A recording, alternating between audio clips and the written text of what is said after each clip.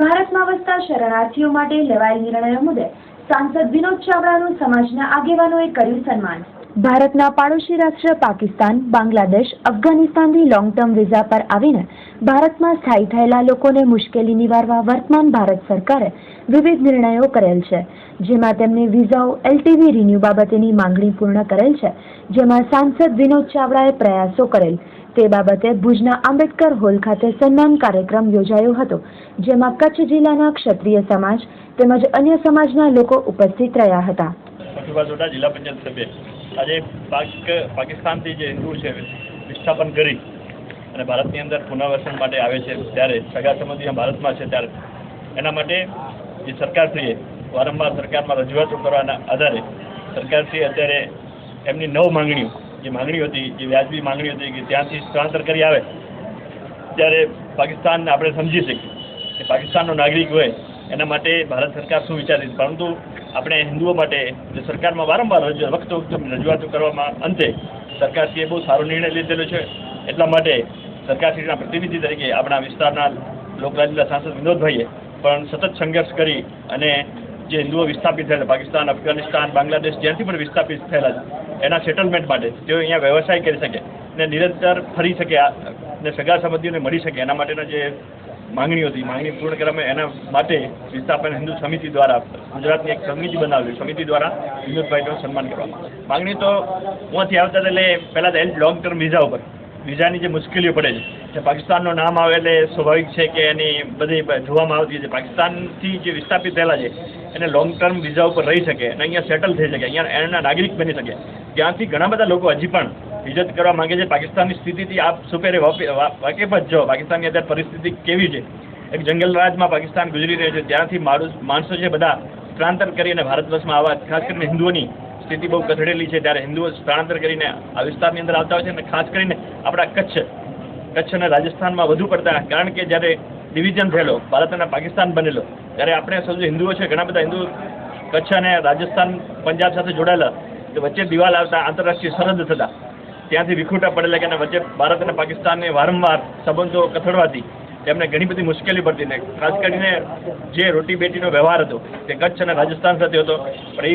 વ્યવહાર પણ ખતમ થતાં ત્યાંના લોકોએ માંગણી કરી અને સરકારે જે માંગણી સ્વીકારી છે। ખાસ કરીને બાંગ્લાદેશ, પાકિસ્તાન અને અફઘાનિસ્તાનની અંદર રહેતી લઘુમતી સમાજ એટલે કે જે લોકો ભારતની અંદર ખાસ કરીને જેમ કે પાકિસ્તાનના શરણાર્થી લોકો આપણી વસવાટ માટે આવેલ છે, એ 65ના યુદ્ધમાં આવ્યા હોય કે 71 પછીના યુદ્ધમાં આવ્યા હોય, અથવા જનરલ રીતે એ લોકો ભારતની અંદર વસવાટ કરવા માંગતા હોય, જેને લઈને એમની વિવિધ પ્રકારની માંગણીઓ વર્ષોથી ભારત સરકારની અંદર મૂકતા હતા। છેલ્લા 2 વર્ષથી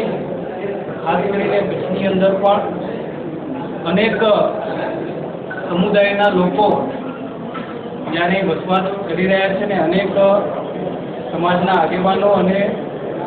આવા નાગરિક ભાઈ બહેનો મારી સમક્ષ રજૂઆત કરી હતી। એમાં ખાસ કરીને આ લોકોને 1 વર્ષે